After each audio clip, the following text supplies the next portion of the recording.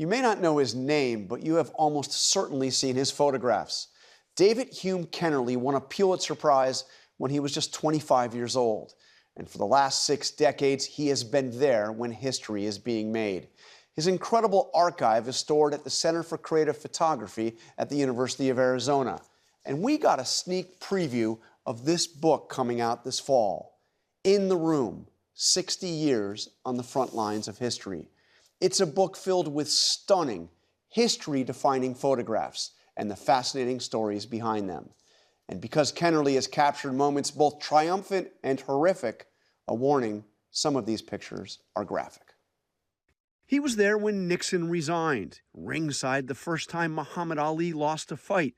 He was among the first to witness the cult horror in Jonestown. He was with Reagan and Ford at the 1976 Republican Convention, and when Reagan first met Gorbachev.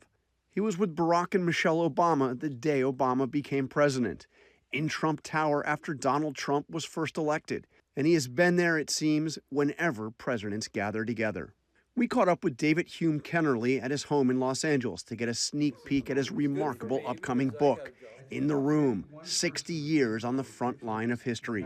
Kennerly was 19 years old when he got his first big assignment, covering Senator Robert F. Kennedy in 1966 for the Oregon Journal. He came in and had this huge crowd, and I couldn't get into the room. And at the periphery of the crowd was this Life magazine photographer, Bill Epridge, whom I didn't know, but it looked like he was traveling with Kennedy. And I went over to him, I said, "How do you get in this room?" And I was like panicked. Like, yeah. I don't go back until the editor. Yeah. I couldn't get in to shoot photos, you know, and so he said, "Hang on to my coat, kid." He zipped me through, put me up on the stage. And there's a picture of you on the stage. Yeah. So that photo shows me looking at Kennedy. Yeah. And then the picture I took is still to this day one of my favorites. But what happened afterwards, the little motorcade went out to the airport, and Kennedy gets up, runs up, turns around, waves. Then Bill Epridge, the photographer, went up, pointed to me, went into the plane, the door closed, it takes off into the night.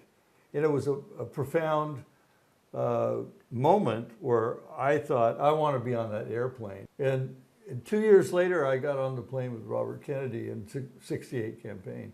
That really has defined my life, and thank you, Robert Kennedy Sr. 5 years later, another big break. He found a way to be ringside for the fight of the century. I mean, some of my favorite photos in here, you're there ringside with Muhammad Ali, the Ali Frazier fight. The big coup de grace was the 15th round of Ali getting knocked down by Joe Frazier. And I and Elliot Erwitt were the only two photographers to get that shot. And my photograph ended up the next day, which was my 24th birthday, on the cover of the New York Times, which had to make the 5 New York Times photographers who were at the event they're really unhappy. Who's this punk that has their photo on the front page? I'm sorry, I'm out of here. I'm going to Vietnam. Yeah. That was the last assignment I covered before I left. Ali Frazier fight was your last assignment? That was it. I went right to Vietnam, which was probably safer than being around those photographers. The Ali Frazier photo, along with several others he took in Vietnam, made him one of the youngest ever to win the Pulitzer Prize. The funny thing about it was I didn't know I'd been entered. The first thing I heard about it was I got a telex in Saigon, which is like a telegram, saying that I'd won the Pulitzer Prize. I thought it was a big joke. Why are you doing that? You know, being pranked by the boys. And they said, "No, you did. Now we need to know where you were when you heard about it." Kennerly got back to Washington just in time to witness the scandals that brought down a president and a vice president.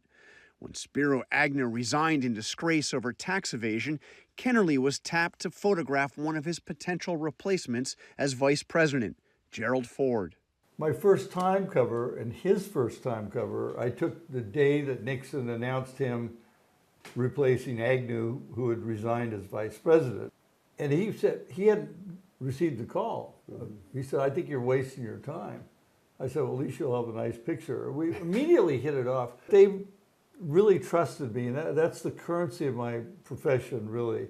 If people don't trust you, they're not going to let you in and listen to what they're saying to each other.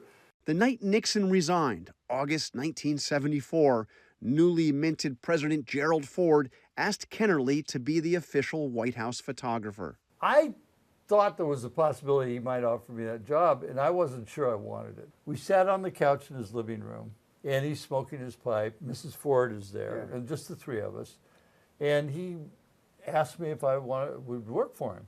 And I said I would love to do it, only if I report directly to you and I have total access to everything going on. He stopped smoking his pipe.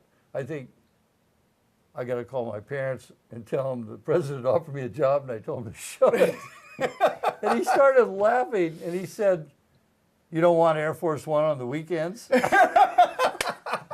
Kennerly became a member of Ford's inner circle, traveling the country and the world alongside the president. We're looking at the seal, the great seal on the top of the Oval Office. He said, "You know, all I ever wanted to be was Speaker of the House, but we never were in the majority, and it just never happened." And he said, "I've just been a good Republican my whole career." Then he kind of thought about that. He looked at me and he said, "You know, I've never asked you, are you a Republican or a Democrat?" And he said, "Don't answer that." And he didn't care. On Ford's last day in office, Kennerly took a photo of Betty Ford unlike any taken of any other First Lady, standing on the conference table in the cabinet room. It was her idea. When we walked by the cabinet room, and she looked in, and I saw this mischievous gleam in her eye, which was common. And she said, "You know, I've always wanted to dance on the cabinet room table." And she took her shoes off. She hopped up there, struck a pose. And what she was really doing was planting a feminist flag right in the middle of this white male domain. In 1978, he was one of a handful of journalists who went to Guyana to investigate reports of a cult leader turned madman. A warning, the images are disturbing. You were there at Jonestown, the mass suicide, the cult. Murder, mass murder, and mass suicide.